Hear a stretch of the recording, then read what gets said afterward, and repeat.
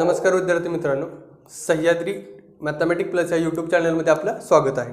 आता या लेक्चरला आपण वेक्टर थेरममधील पुढचं थेरम बघत आहोत. थेरम काय बघा, prove that the bisectors of the angles of a triangle are congruent. ठीक आहे, म्हणजे इथं काय करायचं तर जे काय बायसेक्टर्स आहेत ते कॉन्ग्रुएंट आहेत एकमेकाला, हे आपल्याला प्रूव्ह करायचं आहे, हे दाखवायचं आहे. आता मागच्या लेक्चरला आपण मीडियन दाखवलं, बरोबर आहे, मिड पॉईंट फॉर्म्युलाचा वापर करून.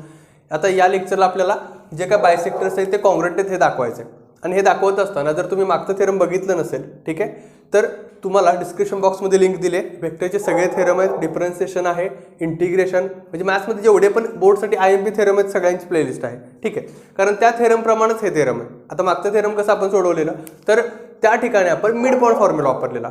ठीक आहे, या ठिकाणी आपल्याला सेक्शन फॉर्म्युला वापरायला लागतोय. ठीक आहे, मग आता बघा समजून घ्या. आपण सुरुवात करूयात. आता डायग्रामबद्दल लिहित असताना आपण काय लिहायचं तर बघा, एकच लक्षात ठेवायचं, लेट जे पॉईंट दिसत आहेत ना त्याचे पोझिशन वेक्टर्स लिहायचे. मग लेट काय लिहिणार तुम्ही, A bar, B bar and C bar be the position vector of A, B, C respectively. ठीक आहे, म्हणजे A bar, B bar, C बार हे काय सांगा पोझिशन वेक्टर आहेत. कुणाचे तर ABC चे.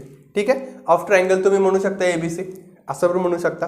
ठीक आहे, यानंतर आपण काय म्हणू शकतो बघा, तर length of AB, length of AC and length of BC be the XYZ असं पण असणार आहे. म्हणजे हे जे काय XYZ जे दिसतंय तुम्हाला ते काय तर ती साईडची त्या लेंथ आहे, लक्षात घ्यायचं. मग आता इथे लिहित असताना आपण काय लिहिणार तर लेट पुढं किंवा असंच लिहूयात खाली, length of side, length of side BC, AC, आणि AB. आता जसं लिहिलंय त्या पद्धतीनंच XYZ रिस्पेक्टिव्ह लिहायचं आहे. ठीक आहे, मग BC, AC, AB be the X, Y, Z. ठीक आहे, म्हणजे हे काय सांगा लेंथ आहे, ती काय रिप्रेझेंट करतात, लेंथ रिप्रेझेंट करतात XYZ. त्यानंतर पुढं काय लिहिणार सांगा लिहित असताना, तर P हा काय असणार तुमचा तो सेंटरचा पॉईंट असणार आहे, ज्या ठिकाणी हे तिन्ही बायसेक्टर काय होतात मिळत आहेत. ठीक आहे, इथपर्यंत तर लक्षात आलंय तुमच्या. ठीक आहे, आता यानंतर अजून आपण असं लिहू शकतो की AD, त्यानंतर BE,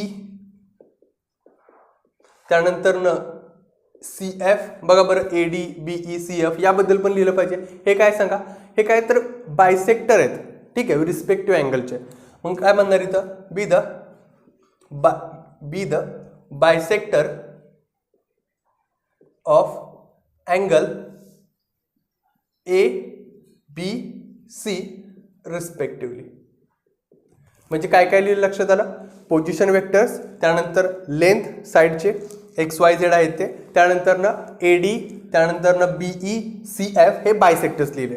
हे लेटमध्ये काय लिहायचं लक्षात आलंय, एवढाच पार्ट आहे. आणि हा पाठ करायची गरज आहे का नाही, तुम्ही डायग्राम जर काढली तर त्या डायग्रामवरून तुम्हाला काय म्हणजे काय काय लेटमध्ये लिहायचं हे पटकन समजून जाईल जर एकदा प्रॅक्टिस केली तर. ठीक आहे, इथपर्यंत लक्षात आलंय. ओके, आता ह्या डायग्राममध्ये जर तुम्ही बघाल तर DEF हे जे पॉईंट आहेत ते काय करतायत तर साईडला डिवाइड करतायत. ठीक आहे, पण हे कुठं मिड पॉईंटमध्ये डिवाइड करतात का, किंवा असं आहे का की D हा मिड पॉईंट आहे, E हा मिड पॉईंट आहे, किंवा F हा मिड पॉईंट आहे, तर तसं नाही आहे. ते एका रेशोमध्ये त्यांना डिवाइड करतात. तर इथं आपण लिहित असताना कसं लिहिणार तर बघा, आपण लिहित असताना असं लिहूया, देअरफॉर D डिवाइड्स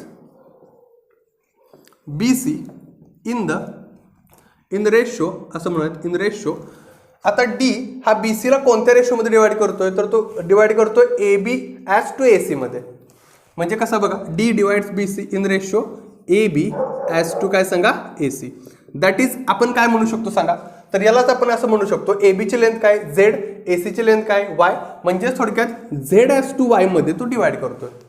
म्हणजे D हा पॉईंट BC ला Z ॲज टू Y मध्ये काय करतोय डिवाइड करतोय. हेच आपण कसं लिहिणार तर हेच लिहायचं असेल तर आपण असं लिहू शकतो की D बार इक्वल टू, ठीक आहे, D बार इक्वल टू बघा समजून घ्या, सेक्शन फॉर्म्युला इंटरनल डिव्हिजनचा वापरत असताना कसा वापरतो तर C जो पॉईंट आहे, ठीक आहे, त्याने कुणाला मल्टिप्लाय करतो आपण त्याच्या अपोजिटच्या जो काय रेशो असेल त्याला. मग C बार इंटू Z, मग असं म्हणूयात आपण C bar into Z plus पुढे काय येणार आहे सांगा तर Y इंटू B बार आपण खाली रेशो असणार आहे Z प्लस Y, खाली काय असणार आहे Z प्लस Y.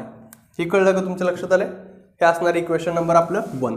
पण हे इक्वेशन नंबर 1 न देता मी याच्यामध्ये बदल करतो. बदल काय करतो बघा, ह्या झेड प्लस वायनं मी इकडे मल्टिप्लाय करतो याला.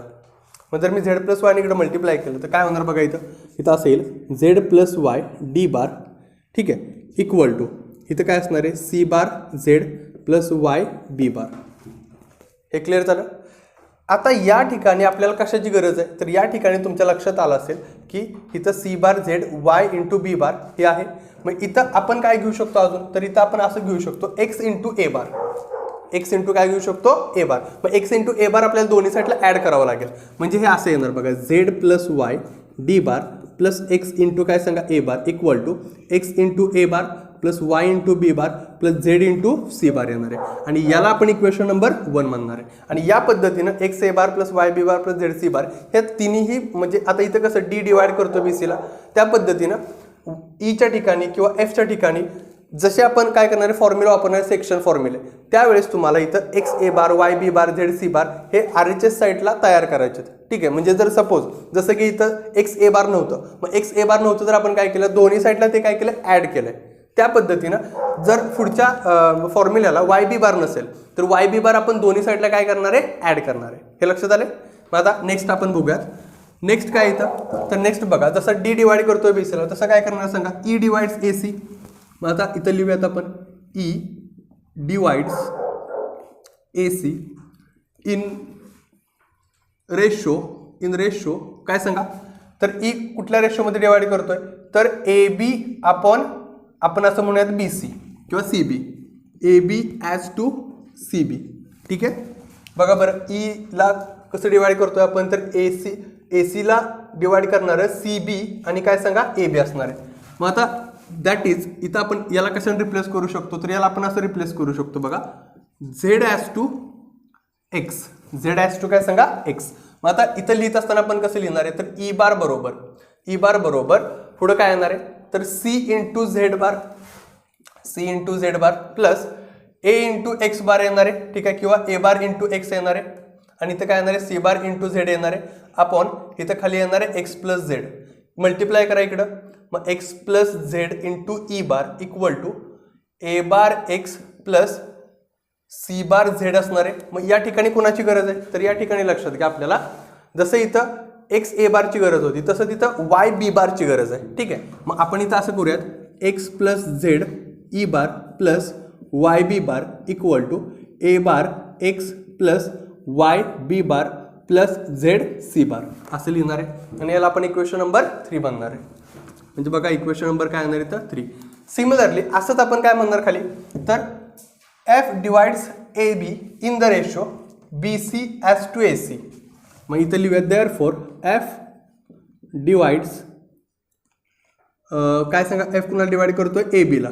ठीक आहे, इन रेशो काय सांगा, तर in ratio A C as to B D, म्हणजे ए सी ॲज टू काय सांगा बी डी म्हणा किंवा डी बी म्हणा. ठीक आहे, A C as to B C. ठीक आहे, A C as to B C लक्षात घ्या इथं A C as to B C.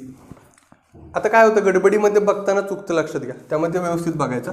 मग आता इथं F bar equal to F bar जर घेतलं तर एफ बार घेतल्यानंतर बीच्या अपोजिट काय आहे वाय, म्हणजे इथं काय लिहिणार बी बार वाय प्लस एच्या अपोजिट काय एक्स आहे बरोबर, म्हणजे ए बार एक्स. ठीक आहे, आणि खाली काय येणार आहे सांगा, तर वाय प्लस एक्स येईल. आता वाय प्लस एक्सने इकडे मल्टिप्लाय करा, वाय प्लस एक्सनं मल्टिप्लाय केलं काय येणार आहे, तर इथं एक्स प्लस वाय असं करूयात आपण F bar equal to B bar Y plus A bar X येणार आहे. आणि दोन्ही साईडला आता काय ॲड करावं लागेल आपल्याला, तर सी बार झेड ॲड करावं लागेल. मग इथं बघा X plus Y F bar equal to A bar X plus B bar Y plus C bar काय येणार झेड. इक्वेशन नंबर इथे इक्वेशन नंबर आपण काय दिलेलं 1, इथं काय देणार आहे 2 आणि इथं काय देणार सांगा 3 देणार आहे. कळतंय का.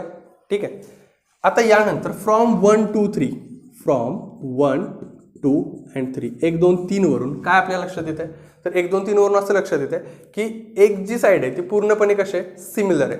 मग आपण राहिलेल्या सगळ्या साईडला काय करू शकतो कम्पेअर करू शकतो. म्हणजे कम्पेअर केलं तर असं येईल आपल्याला Z plus Y D bar equal to plus X A bar येणार आहे इक्वल टू, म्हणजे हा जो पहिला पार्ट आहे ठीक आहे तो लिहिला इक्वल टू. आता हा दुसरा पार्ट लिहिणार इथला आपण, आता हे लिहित असताना थोडीशी जागा भरपूर लागणार आहे. Z plus E E bar plus Y काय येणार इथं बी बार पुढं इक्वल टू आता हा पार्ट 3 नंबरचा काय येणार इथं x plus Y F bar plus पुढं काय येणार आहे. तर आता या ठिकाणी माझ्या मते सी बार झेड ॲड करायचं राहून गेलं, बरोबर ना, लिहायचं राहून गेलं. मग इथं काय येणार सांगा. तर X plus Y F bar plus C bar काय येणार इथं झेड येणार आहे. ठीक आहे. मग इथं काय येणार सांगा. तर इथं येणार आहे सी बार झेड आणि इक्वल टू पुढं आहे, लक्षात घ्या. अजून इक्वल टू हा जो पार्ट आहे तो येणारच A bar X plus B bar Y plus C bar Z. ठीक आहे. आणि थ्रू आउट सगळ्यांना आपण एक्स प्लस वाय प्लस झेडने डिवाइड करणार. मग सगळ्यांना जर त्यांनी डिवाइड केलं तर तुमच्या असं लक्षात येईल Z plus Y D bar plus X into A bar. आणि जर आपण याला डिवाइड केलं एक्स प्लस वाय प्लस झेडने तर आपण इथं काय करणार. तर इथं जसं आहे ना त्या पद्धतीचं ब्रॅकेट द्यायचं. म्हणजे इथं जर झेड प्लस वाय असेल तर आपण ह्या दोघांना ब्रॅकेट देणार आहे. ठीक आहे. त्याचबरोबर पुढं काय येणार बघा. तर एक्स प्लस झेड. ठीक आहे. इथं काय सांगा ई बार प्लस वाय काय येणार आहे बी बार आपण खाली काय येणार मग एक्स प्लस झेड एका ब्रॅकेटमध्ये प्लस वाय सेपरेट असणार आहे. आता इथं काय येणार बघा बरं. या ठिकाणी येणार आहे एक्स प्लस वाय. ठीक आहे. F bar plus C bar Z आपण खाली काय येणार सांगा. तर खाली येणार आहे X plus Y plus Z separately आणि इक्वल टू साईनच्या पुढे जे आहे A bar plus B bar plus C bar. ठीक आहे. आणि खाली X plus Y plus Z त्या पद्धतीनंच राहणार आहे. ठीक आहे. आणि हे काय शो करतंय. तर हे असं शो करत आहे की ह्याच्यात तीन जे बायसेक्टर आहेत ते तिन्ही बायसेक्टर काय सांगा. तर एका पॉईंटमध्ये इथं येऊन मिळत आहेत पी ज्याचं पोझिशन वेक्टर असणार आहे. ठीक आहे. आणि हे जर इक्वल असेल 1 2 3 हे जर इक्वल असेल तर हे तिन्ही बायसेक्टर जे आहेत ते कसे असणार आहेत कॉन्ग्रुएंट असणार आहेत. ठीक आहे. मग याच्या खाली फक्त एकच लिहायचं तुम्हाला इथलं की hence proved bisector of the angles of a triangle are congruent एवढंच लिहायचं फक्त. ठीक आहे. आणि अतिशय सोपं आहे. हा सगळ्यात कॅल्क्युलेशनचा पार्ट आहे, लक्षात घ्या. तुम्ही फक्त समजून घेतलं एकदा तरी थेरम पूर्णपणे लक्षात राहणार आहे. लक्षात आलं. मग एक काम करा हे व्यवस्थित पूर्णपणे लिहून घ्या.